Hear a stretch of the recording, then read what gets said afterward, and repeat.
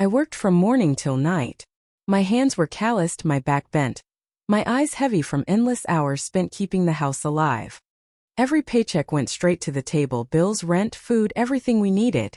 I told myself this was what love looked like. Sacrifice, sweat, silence. But she didn't see it that way. While I dragged myself home with aching bones, she was out laughing with her friends, her hands full of shopping bags. Shoes, dresses, jewelry. Things we couldn't afford but that she waved in my face as if they proved her worth. I wanted to ask her where the money came from, but deep down I already knew. It was mine. One night I came home after a 14-hour shift, my shirt damp with sweat, my stomach empty. She sat on the couch with her phone in hand, scrolling through pictures of the things she had bought. I placed my boots by the door quietly, hoping maybe she would look up and say she was glad I was home. Instead she laughed, shaking her head at me. "You look pathetic," she said. "All that work and still worthless." The word cut deeper than exhaustion ever had. Worthless. I stood there, silent, my chest burning, waiting for her to take it back. But she didn't. She smirked, turned her eyes back to her screen, and left me standing there like I was nothing more than a shadow in my own home. And in that moment I felt something shift. It wasn't anger. It wasn't sadness. It was the slow, heavy realization that the woman I worked for didn't see me as her husband. She saw me as her wallet. The word worthless didn't leave me. It stuck to my skin like sweat, replaying in my head even as I worked. Every clang of machinery, every stack of boxes, every drop of sweat on my brow. Her voice rang over it, cold and cruel. Worthless. Worthless. Worthless. I told myself maybe she was just angry that night, maybe she didn't mean it. But the next morning, when I set my pay envelope on the table, she snatched it up without a thank you, without a glance, and said, "Finally. I was waiting." She slid it into her purse like it was hers by right. Then, almost as an afterthought, she looked at me and added, "Don't be late again. We have bills, and I don't want people thinking my husband can't provide." It wasn't her words alone. It was the way she said my husband, as if I were just a tool, a title, a placeholder to keep her image polished. Days passed and my exhaustion grew. She kept spending. New dresses arriving in glossy bags, perfumes lined up on the dresser, heels she wore only once before shoving them aside for another pair. The fridge would be half empty, but her closet would be full. When I asked where the grocery money went, she shrugged. "We'll manage. Food is cheap. Dignity isn't. Dignity." She called her shopping sprees dignity. One evening I came home early, surprising her. She sat at the table with her friends, showing them the things she'd bought. They giggled and asked how she afforded so much. She didn't hesitate to answer, loud enough for me to hear from the doorway. "He works like a mule. That's all he's good for." The laughter that followed burned in my ears. My face flushed hot. I wanted to storm in, to tell them how much I sacrificed, how much of myself I gave up to keep that roof above us. But when I looked at her, the way she leaned back in her chair, confident, untouchable, I realized she enjoyed this. My silence fed her pride. My suffering was her entertainment. Later that night I tried again. "Why do you keep doing this?" I asked, my voice low, almost pleading. "Why do you waste everything I bring home? Why do you call me worthless?" She didn't look up from her phone. "Because you are." I froze. Her eyes flicked up then, sharp and cold. "If you were more, I wouldn't have to. Maybe if you made enough, maybe if you gave me a life worth showing off, I wouldn't feel this way. But you're just tired." Her words dug deeper than knives. Not only did she take my money, not only did she humiliate me in front of others, she blamed me for her cruelty. I went to bed that night and stared at the ceiling, my body aching from work, my chest aching from her words. I wondered when she stopped seeing me as a man. Was it when she first called me useless? Was it when she realized I'd never fight back? Or was it from the very beginning, when she decided love wasn't worth as much as the money in my pocket? The days blurred into weeks. She stopped pretending altogether. Whenever bills came, she tossed them on the table, sighing loudly. "You'd better find more shifts. I can't live like this. People are watching." When I hesitated, she snapped, "Don't you care about appearances?" About me. I wanted to say I cared more about survival, about food, about a future. But I bit my tongue. Because I knew she wouldn't hear it. One evening I found the bank statement lying open on the counter. My heart sank as I scanned the page. The account I had been pouring every drop of my work into was nearly drained. Thousands gone. Designer brands, restaurants, salons. Every line on the paper was her signature, her appetite. I confronted her, holding the paper in my trembling hands. Do you realize what you've done? We can't keep living like this. You're burning through everything. She looked at me, calm as ice. Then work harder. I felt my chest collapse. My vision blurred. And in that moment I realized something I had been avoiding for too long. It wasn't about money. It was never about money. It was about control. She wanted me tired. She wanted me broken. She wanted me to believe her voice when she called me worthless, until I was too weak to argue. But as I stood there, my fists shaking, something new flickered inside me.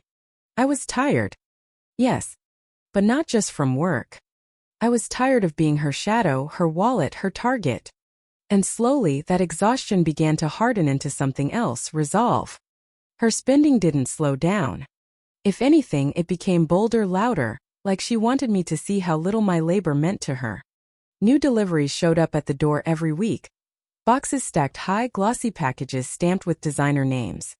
I carried them inside with sore arms while she grinned, tearing them open like a child on Christmas morning. You should be proud, she told me once, holding up a silk dress that cost more than a month's rent. Other men can't provide like this. At least you're good for something. Good for something. That phrase twisted in my gut. She didn't see me as a partner, a husband, a man with dreams and needs. I was just a machine that spat out money. And even then she called me worthless. The cruelty sharpened in public. When we went out with her friends, she would brag about her purchases, her nails glistening, her wrists stacked with jewelry I had unknowingly paid for. Then she'd gesture to me, sitting quietly at the end of the table, and laugh. He's always tired. That's all he ever is. My tired husband. Laughter followed. Always laughter. I'd sit there, face burning, stomach tight, my hands clenching under the table until my knuckles went white. But she didn't stop. She thrived on it. My humiliation was her entertainment. One night, after a particularly long shift, I came home to find the living room full of her friends again. Music pounded from the speakers, the air smelled of wine and perfume. I wanted to walk past quietly, but she stopped me. There he is, she shouted, raising her glass. The man who works day and night and still can't make me happy. The room erupted in laughter. My chest felt like it was splitting open. I stood frozen in the doorway, every muscle screaming at me to run, to shout, to do something. But I didn't. I turned and walked straight to the bedroom, slamming the door behind me. Later, when the guests were gone, she stormed in, her heels clicking against the floor. How dare you embarrass me like that? I stared at her in disbelief. Embarrass you? You humiliate me every day. You drain every dollar I earn. You call me worthless. And you think you're the one embarrassed. She crossed her arms, smirking. If you were a real man, I wouldn't have to. A real man wouldn't come home empty-handed. A real man would give me the life I deserve. Her words cut through me, but this time something inside me resisted. I clenched my fists, my jaw tight. For years I believed her lies. For years I thought if I worked harder, if I gave more, she would finally see me. But the truth was standing right in front of me, cruel and undeniable. She would never see me. Because she didn't want to. The breaking point came days later, when I found the eviction notice taped to the door. My stomach dropped as I unfolded it, reading the words over and over. Rent unpaid. Warnings ignored. Our home gone. I staggered inside, the paper trembling in my hands. What is this? I demanded. She barely looked up from her phone. Relax. We'll figure it out. Figure it out?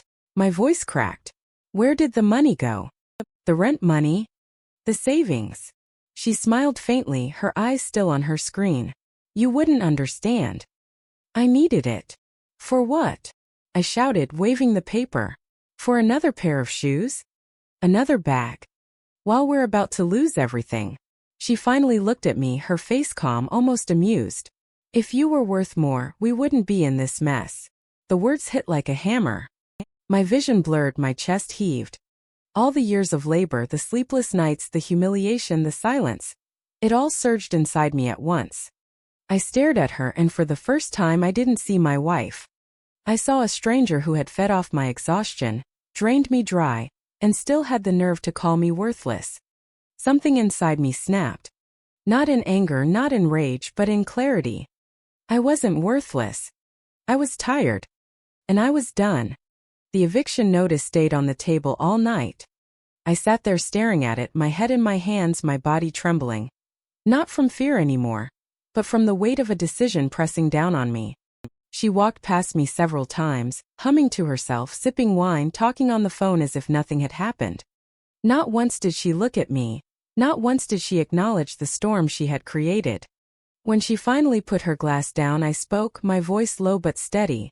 We're losing the house. She didn't even flinch. Then work harder.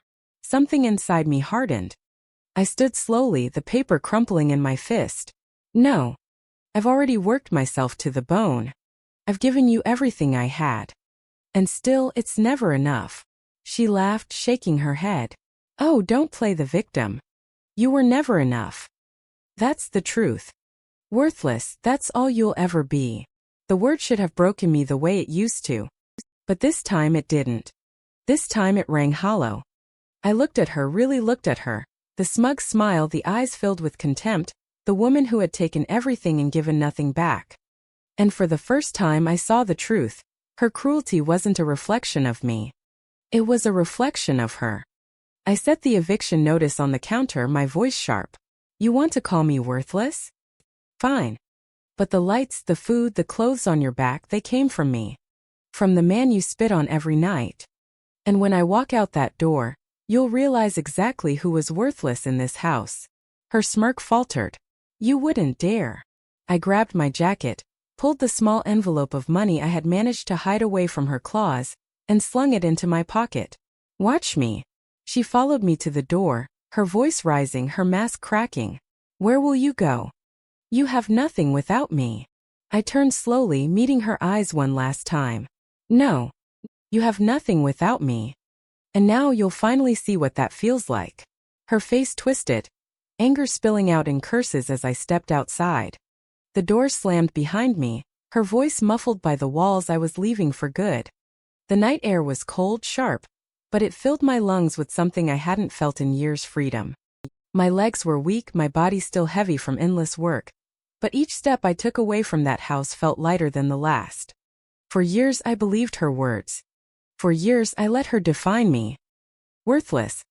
Pathetic. Useless. But as I walked into the quiet streets, I realized those words were never mine to carry. They belonged to her, to the emptiness inside her that no amount of money or shopping bags could fill. I was tired, yes. Tired from giving too much. Tired from carrying someone who only weighed me down. But I wasn't worthless. I was a man who built everything with his own hands. And now those same hands would build a new life, one without her cruelty chaining me to the ground. Behind me, the house grew smaller and smaller until it was just another shadow in the dark. Ahead of me stretched silence, possibility, and the faint glow of a sunrise breaking the horizon. I took a deep breath, my chest aching but alive, and whispered to myself, I am tired. But I am not broken. And for the first time in years I believed it.